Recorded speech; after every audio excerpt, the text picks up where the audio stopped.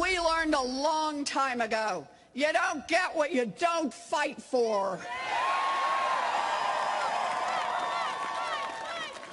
We are in this fight for our lives, for our children, for our planet, for our futures, and we will not turn back. So Senator Elizabeth Warren kicking off her 6-state tour with a message for voters today as she formally declared her candidacy for president, as two more Democrats could have their eyes set on 2020 as well. Senator Amy Klobuchar and former Congressman Beto O'Rourke. Let's bring in our panel to talk about all of this. Matt Gorman's here. He's a former director of the National Republican Congressional Committee, and Dave Brown is a former senator, senior advisor and committee counsel to Washington State Senator Patty Murray. He is also a Democratic strategist, so good to have both of you. And Matt, I'm going to start with you this afternoon. Senator Elizabeth Warren, saying, listen, I'm in, guys, here it is. But what is your takeaway from her rally there in Lawrence, Massachusetts, in terms of what issues presidential candidate Warren would be fighting for and trying to sell to the American people? Well, thanks for having me. I think the fall of Elizabeth Warren, this campaign, has really stunned me, and it really has reinforced the fact that she should have run in 2016, not now. I think she would have absolutely beat Hillary, maybe Trump, who knows, but I think now she's not the only liberal warrior on the block. The things she said today at her rally are being said by almost every other candidate. It's great she's moved the debate in her direction, but she's not alone among the liberal base now. And I think you can see that because she's had pretty minuscule online fundraising so far this campaign. And as you mentioned before, the Native American controversy has really dogged her. As we saw just this week, again, you mentioned the Washington Post listing her registration card down in Texas as Native American. She hasn't had this problem go away, and she said that there might be more documents out there that list this. So this will be an uphill fight for her. All right, Dave, let's move on to Senator Amy Klobuchar of Minnesota. She's set to make it official tomorrow. How strong of a candidate will she be out the gate, and what will set her apart from the other Democratic candidates in the long run? Electability. So if Democratic primary voters decide that electability is the #1 priority as we head into our primary and caucus states, then Amy Klobuchar will be a very interesting candidate, and here's why. She carried Minnesota in 2018 for her reelect by 24 points. Contrast that to when Hillary Clinton won Minnesota in 2016, a purple state, by just 2 points. And so if you think about, if you go back to 2016, and you look at the map and how President Trump became president, he won the Electoral College with Michigan, with Wisconsin, and Pennsylvania. Those are 3 states, all of which are not dissimilar to Minnesota. And so Amy Klobuchar's play, I suspect, will be that she can compete and be very, very competitive in those types of states and really appeal to the types of issues that are going to resonate with Minnesotans as well as folks in Pennsylvania, Michigan, and Wisconsin. Well, that's a strong endorsement there.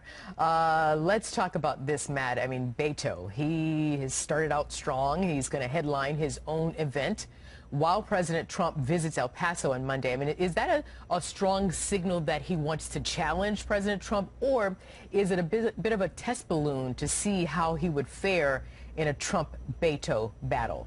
Well, I'll say this. I think in spite of what I just said about Elizabeth Warren, I think no presidential contender has had a worse 2018 than Beto. I think while, as we saw this weekend, Elizabeth Warren, Amy Klobuchar announcing, certainly others have announced as well, Beto's driving around the country, eating cobbler and writing like a 10th grade Jack Kerouac. And so he needs to realize now that he's not running in 2018 anymore. It's not good enough to just be not Ted Cruz and gather up a lot of support and a lot of money. He's running against genuine political talent, against Kamala or Cory Booker and others. And so I think he needs to spend less time finding himself and more time being himself. Her name is Kamala. Kamala. It's, it's different, but it's not difficult. Kamala. And there she is, she's amongst the 2020 prospects. And let's take a look at them on dark money. Senators Booker and Harris, they're saying no corporate PAC money. Senator Gillibrand, no for-profit company donations. Tulsi Gabbard, Julian Castro, no PAC money. So I want to go back to you, Dave. How long do you think Democrats can sustain such a crowded field of candidates before they cannibalize their party's chance to unseat President Trump? Well, I think we've got a ways to go. I view the strength of the bench here as a positive. I think that whoever ultimately emerges as the nominee is going to be battle-tested and ready, in part because of how incredibly strong this bench already is. And I would point you back even again just to 2016, if you look on the Republican side, the number of candidates there. And ultimately, Donald Trump, of course, emerged and was successful as the nominee. But, you know, this is not atypical to have this kind of open primary. And frankly, this is probably historically one of the more open primaries we've had since probably the early 90s. But, you know, look, I mean, broadly speaking, what I think is a benefit here, you're gonna have, voters will hear from all these candidates for, good Lord, probably the next X number of months, 24-hour news cycles as they are. But that's an opportunity for us to tell our story and to actually affirmatively describe what Democrats would do, what our agenda would look like if we retake the White House. And so that's a huge opportunity for every single one of these candidates. And whoever does emerge, they're just going to be stronger as a result. Well, President Trump will be in for the challenge, no doubt about that. Dave Brown, Matt Gorman, thanks to both of you. Thank you. Thank you. Liz Warren's past coming back to bite her. The Washington Post unearthing the Massachusetts senator's registration card for the Texas bar. In '86, she signed it herself, listing her race as American Indian. The 2020 hopeful issuing yet another apology for her ancestral claims. I am sorry that I extended confusion about tribal citizenship and tribal sovereignty and for harm caused. I am also sorry for not being more mindful of this decades ago. I am not a member of a tribe. Have you considered dropping out of the race? Bye, Warren. See you later. Diamond and Silk, join me now. Ladies, this is bad. This is really bad. Yeah, it is bad, Jesse. You know, I do think that she should drop out. Yeah. She's not gonna win no way. No. But here's the deal: a little lie turns into a big lie, and then a big lie turns into a well-dressed lie. Just remind me of Rachel Dolezal. Remember that when she walked around and said she was African American, and come to find out she was white. That's right. So I don't know why Elizabeth Warren keep running away from her race. Maybe she should embrace it. She should take this time to step down and embrace really who she is, so that she can stop lying to the public. That's right. Yeah, she's white. Look in the mirror. She's pale. Right. She's white. Her name is Elizabeth Fleming Warren.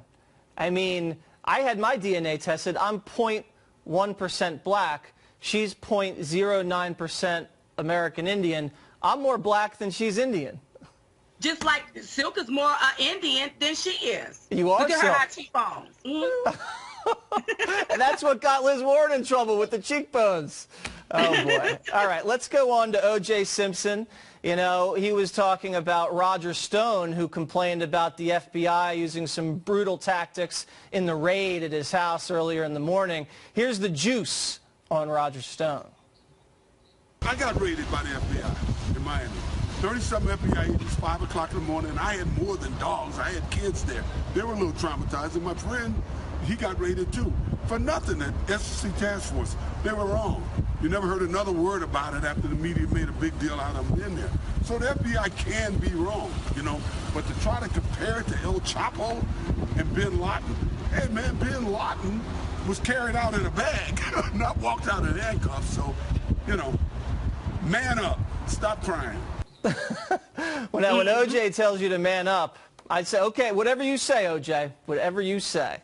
Yeah, maybe OJ should go and squeeze himself. You know, telling him to man up, maybe OJ should have manned up and continue to do the rest of his years in prison instead of out walking around. The deal is Roger Stone, I thought it was excessive as to what happened to him. That's right. Agents raiding his house, just walking up in his house, bum rushing his house to arrest him, and then he goes sign himself out. It was ridiculous, a waste of taxpayers' money. Yeah. Listen, he's already pleaded not guilty. So let this here go to a trial and be judged by the jury of his peers.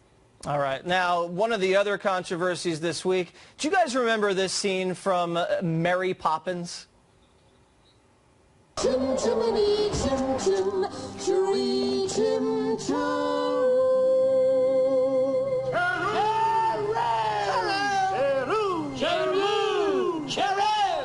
Okay, so the New York Times now claiming Mary Poppins is racist because they had some soot on their faces during the chimney sweep.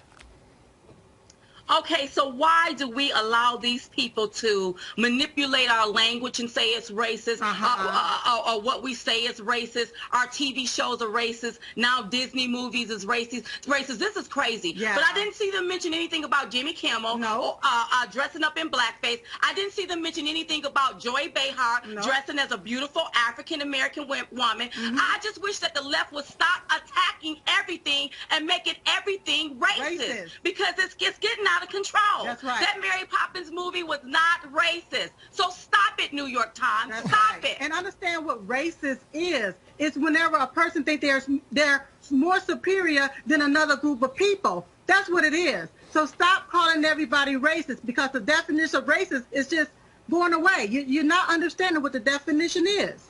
And you remember what the New York Times called blackface when the Democrat had it on. They called it dark makeup. So they're always trying to shade something one way. What was Elizabeth Warren's middle name? Herring. I said it was Fleming.